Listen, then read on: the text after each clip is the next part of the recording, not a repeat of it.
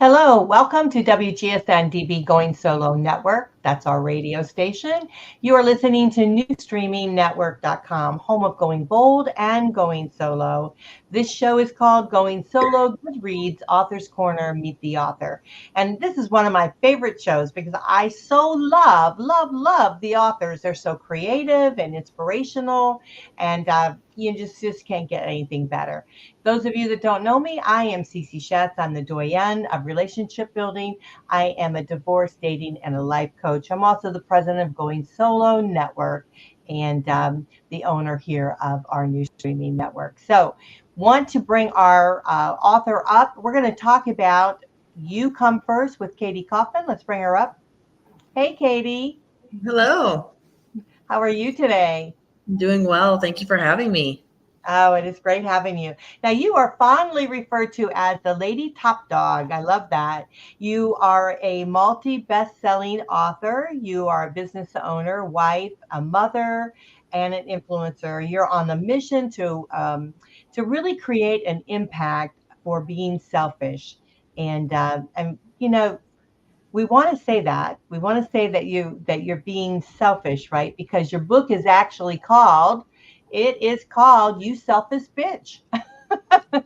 And the reality is I love this because I think sometimes we do need to think a little bit more about ourselves. So tell us about your journey, because you really had to overcome some obstacles in your life, which is one of the reasons why you wrote the book. So share with us a little bit about yourself, your journey on understanding that sometimes we do need to dig deep, right? We do need to think about ourselves a little bit. And so, not that we want to be bitchy, but we do want to really put ourselves first. And so, tell us a little bit about your journey. So thank you so much. When I first started this out, I had no intention of initially writing a book. I've always wanted to write one. But when I sat down and I was that person who I never asked myself really what I wanted anymore. Cece, everything that I did in my life was because it was somebody else's dream. It was important to somebody else. It was because it was on my schedule because someone else felt it was supposed to be there. Imagine being in your life vehicle, but always sitting in the passenger seat. That's where I was. I was in my vehicle, but I was always letting somebody else come in and drive me somewhere else. Wasn't really opposed to it necessarily, generally knew where I was going and what I was doing, but I felt like I wasn't in control of what I really wanted. And so when I faced myself with that question at an event that I had gone to, I remember staring at a piece of paper for a very long time. It was blank, Cece. I couldn't come up with anything that I wanted to write down on that piece of paper because I just hadn't asked the question to myself in a long time. What does Katie want? And that was a really low point for me because it's hard to imagine that like you're living this life and you have nothing about your life is actually for you. It's about everything else and everyone else except for you. And so I sat with that and I made myself finish that. I didn't finish it that day, but I remember going home and I'm like, that was just a hard feeling to cope with. And so I went home, I'm like, I'm going to finish this. And I sat down, I'm like, that was my stipulation. I had to write a list of at least 10 things that I wanted to do for me, no one else, no ties. Like, oh, I want to do this for my kid, or I want to do this for my husband. No, like, what do I want to do for myself? And so writing a book, for example, was one of those. Well, and then in that kind of sparked a little bit of a process where I realized like we get to places in our life and sometimes don't think twice on how we got there. But there comes a lot of accountability that you have to take for that, regardless of stuff happening to us, because life's not here to pick us up and give us high fives. Like it's there to shove us down. And it's our responsibility and obligation to get ourselves back up. And so it started this wheel turning. I'm like, okay, I got to figure out how in the hell I got to a place where I did the math. I was spending 1% of my life on myself. So that came out to like 2 hours a week. I think I was denoting 2 hours a week to myself, which out of the time that you're allotted every single week, that was 1%. And let me tell you, Miss Cece, that was never the 1% club I ever intended to be a part of. And so it sparked this. I'm like, okay, how did I get here? And what am I going to need to do to fix that? Because I wasn't necessarily unhappy, but I wasn't happy. And we lose out on that idea and that mentality of like dreaming of whatever you want to do. You know, those kids, like, what do you want to do when you grow up? We don't ask ourselves that as we continue to grow into adulthood. And I started asking myself those questions again and truly believing that I could do anything that I set my mind to, but there was going to be a lot of unraveling necessary of the things that kind of got piled on throughout the years that I was going to have to kind of like backtrack and fix before I could truly move forward. And I like to use this for example. Every time I knew that I needed to make a step, it always felt like something preceded that. So like, you can't put new priorities on a schedule, for example, that's already full. You can't prioritize if you don't know what you want in your life. And then on top of that, you won't prioritize you until you actually feel like you're worthy of that too. So that's a whole other game as well. So it's like every single time I'm like, I need to do this, I found myself backtracking. And so I ended up started writing about it. I was like, I wrote on that list that I wanted to write a book. I felt like there was no way in hell that I was the only one dealing with this problem, on realizing that everybody else controlled my life except for me. And so I started writing about the steps that I would have to take and that I was realizing that I would need to do in order to become this selfish bitch that I wanted to become, to take control of my life back.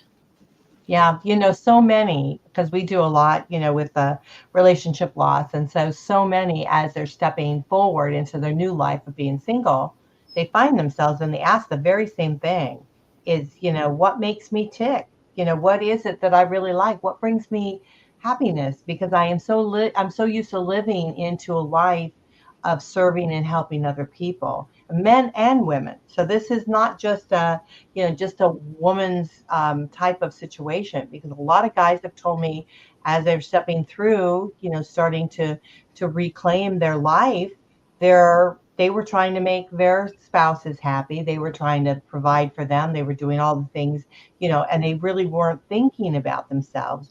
And vice versa, women were doing the same thing. They were trying to take care of their families, take care of their children, take care of their husband, doing all the things that they thought made everybody else happy, but they didn't realize what was making them happy. And so we have to get our joy back. And how do we do that? What are the steps on being able to understand what makes us tick? And I think journaling is a very good thing. I think that is something that will help you to be able to start opening up to new ideas.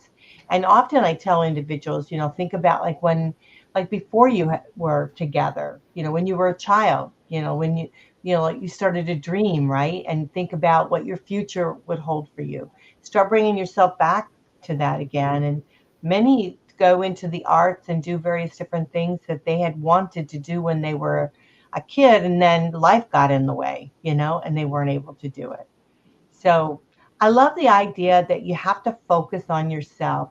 And we want to call it being selfish, but I think internally we have to do that. In order for us to grow as individuals, individually grow and be the person that we want to be, and attract the person that we want in our lives of all different types. Whether you're in a relationship or not, you would still attract people into your life, right? Whether they're problem people or whatever, but you want to attract, that higher vibration. And so, yeah, you got to start understanding yourself. I love what you said about making a list of what you wanted to. You wrote down 10 things, right? And I bet that took you a while, didn't it? It did. Like I said, it was like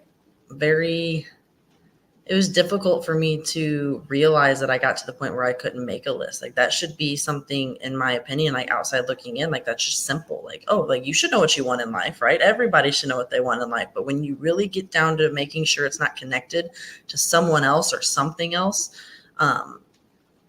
I felt like I was sitting there naked, to be completely honest with you. I did. Like, I just felt exposed, that I'm like, oh my goodness, I have no idea. I genuinely have no idea what I want to do with my life. And here I thought I had everything figured out, and I have nothing figured out. And so when I wrote down that list, it was, like I said, eye-opening, but at the same point, very devastating. And I find it really ironic that we live in a society that preaches like self-help and self-love almost every direction you look. But it's hilarious that the second, because I went through a period where when I made that list, I'm like, well, I can't do that because it'll make this person mad, or I can't do this because, like, you immediately start thinking of all the limitations that other people, things, or life circumstances or situations have put on you, that it damn near makes it impossible to dream anymore. And I felt that guilt and that shame when I started making this list. And I'm like, why the hell am I guilting and shaming myself for wanting to live life the way I want to live it? As long as my responsibilities are handled, there's no reason for it. And I just found it ironic that, like I said, life has a way of like preaching like all this self-help and this self-love. But at what point then did selfish become such a derogatory or negative term? You know, like being selfish, you need to be selfish in order to truly present the best you that you have to offer to the people who deserve you. And you're selfish, I feel like, when you no longer offer a benefit to someone or something else. I think that's when it gets kind of triggered over into you being selfish. But what's wrong with that? I think the definition was, what was the definition? That you were doing something like for the sole purpose of doing it for yourself. Like there's not anything in there that states that like you put yourself over the greater good and everybody, you know, this catastrophic event happened because you did this for yourself. No, it's doing something with the intent on solely doing it for yourself. And there's nothing wrong with that. And there's no guilt and shame that should coincide with people putting themselves first. Because the second I started doing it, it was very ironic that I started being the best me possible, and I was able to be. I filled my cup up first, and now instead of trying to fill everybody else around me from an empty cup, I was then therefore filling them up with an already full cup, and I was overflowing. And I feel like I had more impact and could help other people more when I helped myself first. Yeah, absolutely. I totally agree with that. And, you know, again, we want to think about selfish as being a bad thing, but it truly isn't when you're focusing on, you know, you're not harming someone else. You're just focusing on trying to be the best that you can be and do what's good for you. Can you share with us some of the things that might have been on that list that you made? Yeah. So I wrote a book. So I did that. I wanted to travel more. So I've gone to Texas and Florida and Montana. Don't get me down the road on Montana because that's my special place. I'll talk all day about Montana, but it was the first time I was around mountains and it was breathtaking. I've been to North Carolina. So I've been to Hawaii. So I've been able to mark a lot more traveling off. I wanted to do speaking. So, you know, I'm already in the process of check marking that off. And then another thing is, I remember going to a couple events where I thought I genuinely believed that it would be really cool to get on stage and to get in front of a lot of people. And I'm going to be a little bit vulnerable here, but I remember specifically telling myself at an event that I went to down in Texas that I would love to be on stage, but I didn't have a story people would be willing to listen to. I said that to myself. And so I joke with people now because I said, be careful what you wish for. Because throughout this process and journey in writing this book, which are included in my book as half chapters, because life doesn't work in the perfect little chapters we'd like them to often. But I was actually diagnosed with epilepsy. And then a few months after that, I ended up getting shot driving down the highway. So very fortunate that, you know, and those were two very life altering things that, you know, here I am trying to become this selfish bitch, and then epilepsy happens. And so you can't drive, you get put on medication indefinitely for like the first time. You're trying to figure out what that's going to do. So here I am trying to be this independent, strong woman and do things for myself. And now I can't even drive myself somewhere. So it was like crazy fighting through that. I was finally releasing the chains I had put on myself my whole life. And then it was like, somebody's like, okay, here you go. They're back. Like, work through it again.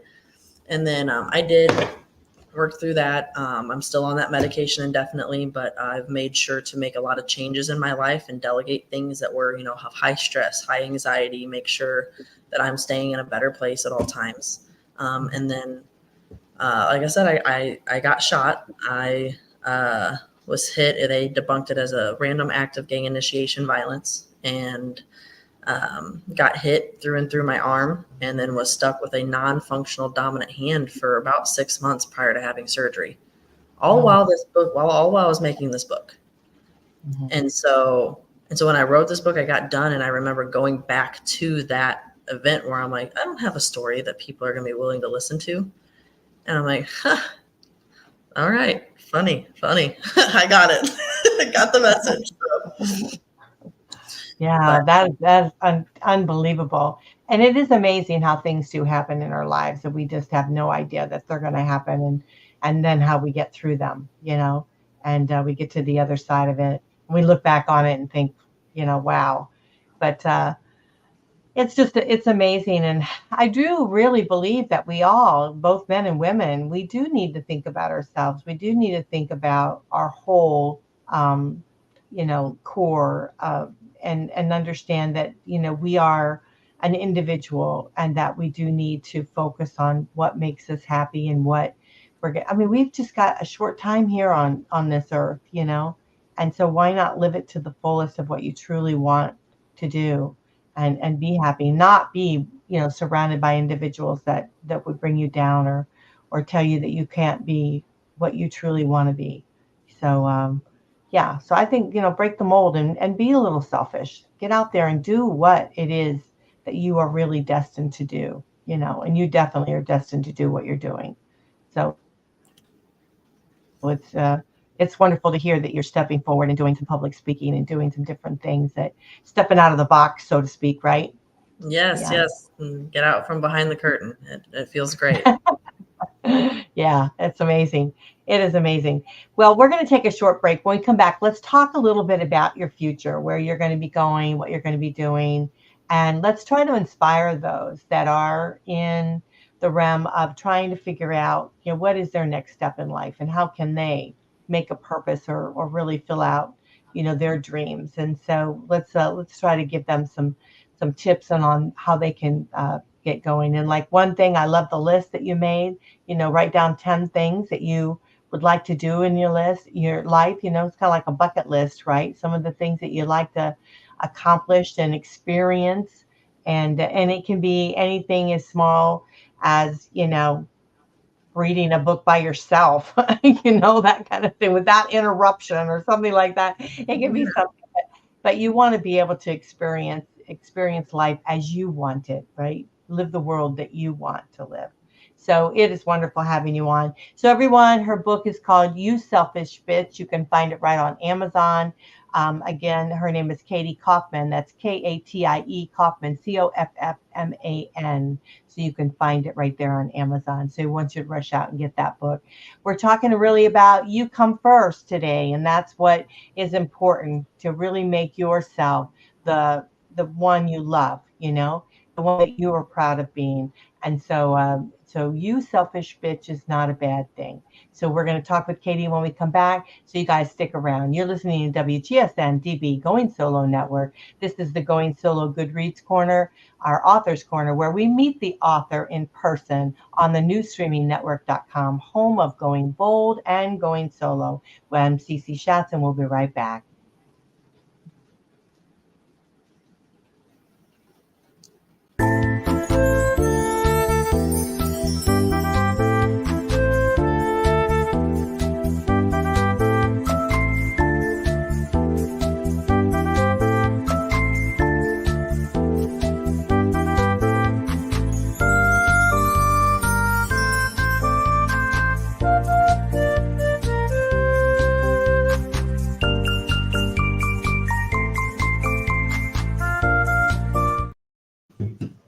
Well, welcome back. You guys are listening to Going solo, GoodReads Author's Corner, Meet the Author. We're talking to an author right here today. I am Cece Shatz. I'm the Doyenne of Relationship Building. You're listening to WGSN-DB, Going Solo Network. That is our radio station. We are live internet streaming station.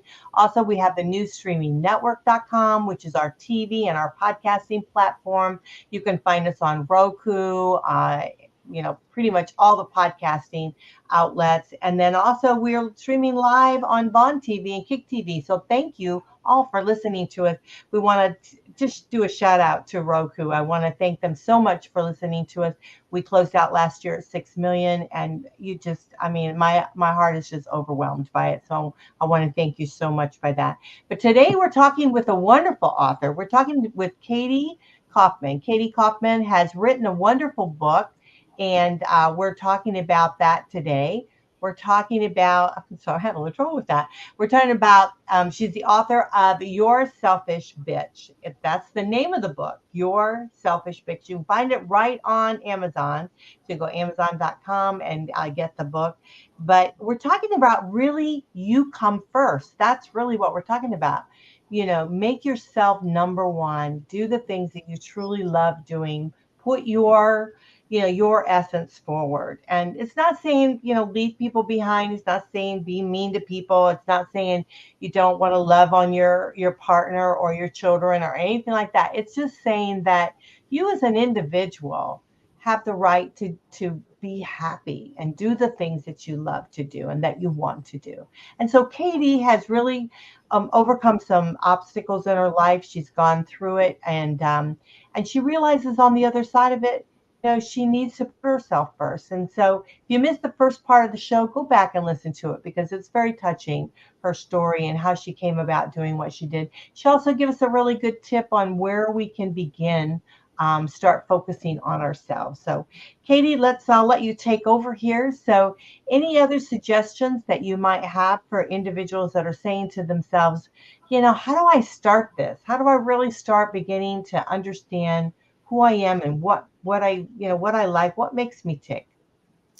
So I want to hit on something very important, and it's probably the biggest question I get asked all the time is we need to get over what other people think. Plain and simple.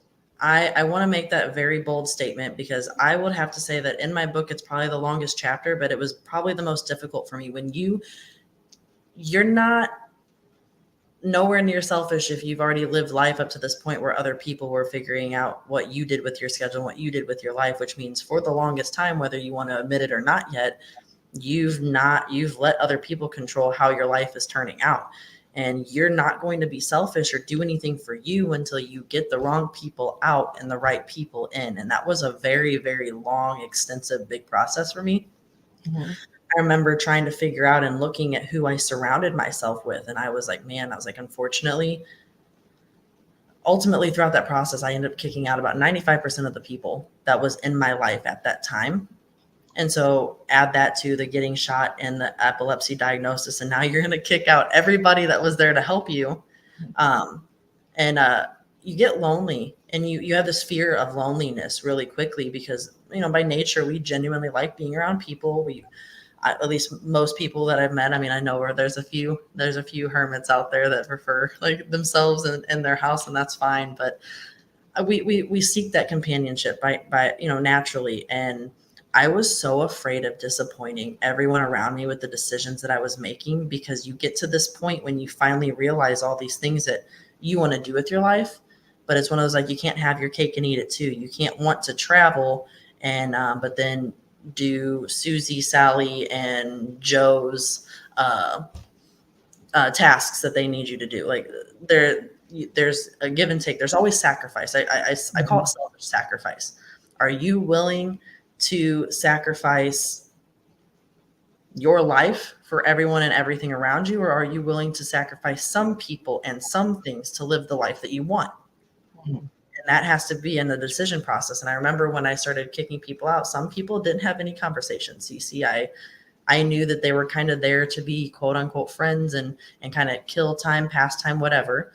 There were some that you start really realizing like how one-sided it is and that it's not reciprocated. I came from a place of, I had really nasty people around me. I had people that I would take my shirt off my back time and time again for, that not only would never return that shirt, but then it got to a point where they started asking for the skin off my back. And you can't be the best version of you when the people that are around you are constantly tearing you down like that. And so when I started this process, I'm like, the first thing I thought of was like, Cece, I want to build a wall. I want to build this big, massive wall that's going to make sure nobody can climb over it, never hurt me again. Because you want to be protective, but then you start realizing how lonely that wall is going to make you feel. Yeah. Not everybody's a bad person that doesn't belong around you, but that doesn't mean that they're meant to be a part of your journey based on where you're going in your life. And if that future self that you're envisioning and that person that you want to be, for me, that selfish boss bitch that I was going after, there were some people that in order to go there, I would have had to carry them on my back, and I was not willing to do that anymore. If you're coming with me, or, I just, not everybody is meant to go where you're going, and that's Right. okay. But Yeah. I remember the process of deciding who was going to stay and who wasn't, because there were people in my innermost circle that should have never even surpassed my outermost. But I had to take accountability for that. And so calling up somebody, hey, like, you've been basically really close to me, but you have absolutely none of the traits that are going to get me where I'm going. So, like, those phone calls were difficult. I'm talking friends and family. Nobody was an exception. And when I did that, it was difficult. But it was also empowering. Like, you have to have these conversations with people that, like, I had no more room left in my life for friends. And it's funny, and excuse me on this, but I'm going to be very blunt. Family means nothing when you're always expected to make an exception for their behavior, when the whole point of family is supposed to be meant for them. Those are supposed to be the people that would never do to you what you're now having to make an exception for. Your roles and your titles don't mean anything. Your actions do. And so there was a lot of family that I no longer speak to or talk to because it just didn't align with where I was going. And people need to understand that. So like, we don't have friends or family anymore. I have allies. And what I mean by that is when you work and operate in a space where you have allies, they keep you accountable. They know your mission and vision. They support that mission and vision. And in the slight chance they ever get in the way of that, they would understand. So those are the people that I have built up around me. Everybody who is around me or in my life is there with purpose and intent. Everything is reciprocated. And I think that is so important to get down pat first before you can truly start putting yourself first. Because at that point, if you get everybody and everything out of your way, the only thing at that point that can get in your way is yourself. Right. And that's hard enough. Yes, it is. It is absolutely hard. Yeah, that I totally agree. I mean, I can relate to everything you're saying. I mean, the same thing. I have family members that they don't support me, and and I still love them. You have to love them where they're at, but they're better to be not with me. They're better to be at a distance. You can just love them at a distance. And same thing with friends and things like that. I mean, I feel like you have to, if someone loves you for who you are, they'll encourage you to step out of the box. They'll encourage you to do something that even you might be frightened of doing, right?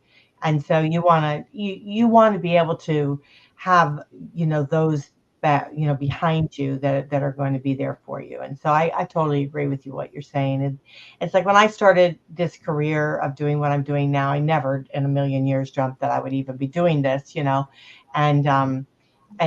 you can really see the ones that support you in it and the ones that don't support you, and they're the ones that make you feel insecure about yourself. But the reality is they don't know what they're talking about. They don't know you, because if they really knew the core of who you are, they would say you're capable of doing this and so much more, right? They would say, Katie, you can write a million books, you're creative enough to write all the books that you want to write, so yeah, I mean, go for it. Let's make it happen. Let's do it. And those are the kind of people you need in your corner, the ones that truly understand you for the way you are. And I don't think that's being selfish. I think that's being, it's living life with intent. You You have a purpose. We all have a purpose in our lives. I feel personally, we're put on this earth for a reason, right? And we don't know what the heck that reason is as we go through our lives. We're thinking like, what the heck, why did you, Katie, have to drive down the street and be the one to get shot in the arm? I mean, for heaven's sake. But I guess, maybe God wanted you to wake up and say, hey, look what you can do. Look what you can accomplish here now. We're going to give you downtime so you can think about it. So, Yeah. so it's amazing, it's amazing how your lives will take the twists and turns, but you don't need anybody in your life that isn't going to support you as you would support them. And that's the way. And you want people to help you stretch, to stretch into those things. I mean, there's a lot of things that I do that, again, I would have never dreamt that I would have possibly been doing today, and love what I do. Absolutely love what I do. And so, not quite figuring out what it is that I do, but I do love doing it. And so, but it's great. But I love that you have a vision. And so share with us a little bit about your vision of what you want to, move forward in life. Because I think those out there that are listening today, we've shared with you some steps that you can do, but really it's your core that you have to grab a hold of and then move forward. You have to start dreaming and start having a vision for your life. And don't hold back. Even if you've got a flicker of what that is, don't hold back on it. Don't let anybody poo-poo your ideas. Write them down like Katie did on her 10, and now she's just checking them off one by one. I love that. Yeah. So share with us what you're going to be doing next. So I am very passionate, obviously, about this journey. I mean, within 1 year, I went from being diagnosed with epilepsy, getting shot, undergoing surgery, to now being a #1 international best-selling author. I wrote in an anthology as well. I'm getting speaking opportunities. My life is a lot more simple, and that is like music to my ears. Like I'm evidence of the change that I wrote about, and I was able to hopefully inspire other people to take the step-by-step process, because it's not easy.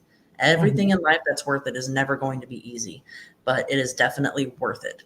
And when I read this and started realizing that there's a lot of other people, because this isn't just like you go through it one time and you're done.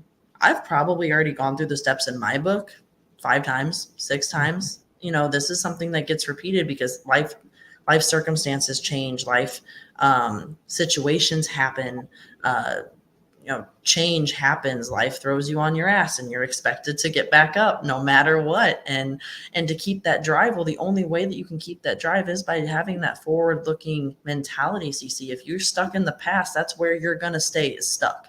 And so to keep that forward looking vision and to keep moving there, I'm like, this is what people need, but it's sometimes hard to start. Like, where do I get started? What do I do? And I felt like that was the question I asked myself a lot. So upcoming, I wanted to really turn this book into a platform, an accountability platform. So Top Dog Allies is what I will be launching in 2025. It will be a group of people who want to go through a step-by-step program that I can help them transform their lives in a year. I'm going to turn it into, I like the idea that it's a start and a stop. If people stick around, then people stick around, Cece, and that's just a testament of how great the program is going to be. But I want it to be like, look, give me 1 year, run through these steps with me, and let me show you how you can take back control of your own life, because I did it, and so can everybody else. And so the Top Dog Allies will be a platform where you get to meet with other people. We have activities. There are even some in my book that people can do on themselves, for themselves as well. But the exact things that I went through, the thought process, the shedding of old weight, deciding what new I wanted in my life, like that's an entire process, and it takes time. But I call my book my accountability partner, because throughout that entire process, it was my book and my desire to write a book that helped me stay accountable to staying on that process. But not everybody has that. And so to be able to provide that one key element I felt like I was missing, which was having other people hold me accountable to finishing that journey and doing what was best for me, is something I would love to provide with other people. And that's the platform I'm building right now. I'm excited about that. So when you get that ready in 25, I hope you'll come back and share that with us, because I know a lot of individuals, as they're stepping forward into their transition of being single, right? And they're really trying to figure it out, what it is that, what's going to make them happy as they move forward, and try to really reestablish themselves as an individual. And because I've often said, we're not who we were yesterday, nor are we who we're going to be stepping into, right? And so we want to be able to move forward with that, with grace and understanding, as we continue on, of what's good for us as an individual. And I don't feel that when we think about being selfish, I don't think that that's a bad thing. I think sometimes we do need to stop for a minute and figure it out, what it is that we do want to do in life, and how we want to show up, right? How we want to be. And I think that that's very important. So I love the book. I think it's a great idea. The number one step is to go out and get the book, You Selfish Bitch. And guys, I want you to buy that book, because I think you need to also think about yourself. As you're moving forward into from a relationship loss, you do need to take time out and think about yourself a little bit, and how you can reestablish yourself as an individual moving forward, being the man that you want to be. So don't think this is simply for women, because I do think this is also for men. And so we want to be able to just be the best person we can be. We want to show up for ourselves, and know that we're walking the walk. So yeah, I love that, and I like the shedding. The shedding. Would you say shedding your skin, or shedding that? I think we do have to sometimes shed, our past, right? Because so often, as we're moving forward from a relationship loss, we want to, we don't want to take that baggage with us. So there's elements of that we need to learn from and grow, and there's elements we just need to shed, you know, because we can't take responsibility of everything. Because when we do that, we can't change what's happened in the past. So therefore, we can only learn from what we've experienced. So, but yeah, I think you've got a lot coming, and I'm looking forward to some of the public speaking that you're going to be doing. So anyone that's interested, Katie is more than happy to do some public speaking, and do some different platforms like that. Now, is your platform going to be, internet based? Do you think, or you know? Yeah, I'm looking to do it internet based. I want to have it set up where there's going to be multiple opportunities for people to come into a discussion every single week. There's accountability for that. I want people to show up and make it personal though. So there's we're looking to have limitations to the group sizes, because I don't need a massive group. I want people to feel comfortable. I want them to get personal. I want people to be like, hey, did you have that talk with your grandma yesterday that you were supposed to? And when they say no, they know they're going to be walking into that meeting with that question getting ready to be asked to them, because we need accountability. I mean, it's so much easier to go to the gym even when you have somebody you're meeting there to work out with. Right. Same concept here. And so that's what I'm building. And but it'll be small, it'll be personal, but everybody will be able to have access to it. It'll be an online based program. Yeah, that's great. Maybe even in the future, you can have little summits where people can get together, because I know that when you do things like that in a smaller group, you get to know each other, and that you do want to meet in person and stuff. So, yeah, that would be kind of, I could see that in the future for you, that you might have some small little summits that you can, workshops that you can do together, would be kind of fun. But Yes. yeah, I mean, it's just, again, it's the same thing. It's like whenever we go through some obstacles, we go through different things in our lives, we think the world is ending or whatever, but it's really not. It's just beginning for us. And if we want to step forward and think about ourselves, and like you said, you come first. That was our title of our show today. You come first. And then the book, of course, you've written, is You Selfish Bitch. So again, that you can buy that on Amazon.com. So, any last words you want to share with our audience today? Um, Honestly, just do you. For anybody that's out there listening right now, you have to get out of your own damn way and just start doing the damn thing. I can't stress that enough. We've, like I said, forgot to stop. to keep dreaming as we grew up into adulthood, and the only person that needs to take responsibility and accountability for that is you. So get back on the horse, get back to what it is that you want in life, because as cliche and cheesy as it may sound, you do truly only have one, and we're not promised tomorrow. So you might as well get out of life what you want, not what everybody thinks that you want. Right, right. Very, very well said. Very well said. Well, I want to thank you so much for being on the show today. I think it's great. Everyone, please run out to Amazon.com and buy our book, You Selfish Bitch. I think it's both for men and women. Focus on yourself a little bit. You do come first. And so we want to make sure that you do understand that. You guys are listening to WGSN-DB Going Solo Network on the newsstreamingnetwork.com. We are the home of Going Bold and Going Solo. This show is called Going Solo, GoodReads, Author's Corner, Meet the Author. We've met wonderful author Cece Coffman. Her name is spelled, if you need it for looking for Amazon, it's Katie, Katie, Coffman, Coffman. And again, the book is You Selfish Bitch. So you want to definitely go ahead and get that book. But yeah, it's wonderful here to meet you, Katie, and very inspirational indeed. You certainly are. And so I want to thank you so much for being on the show today. Yes, thank you so much for having me. It's been a pleasure. It's great having you. Well, I'm Cece Shatz. I'm the Doyenne of Relationships, and I want to thank you so much for joining us here today. I'll catch you next time. Bye for now.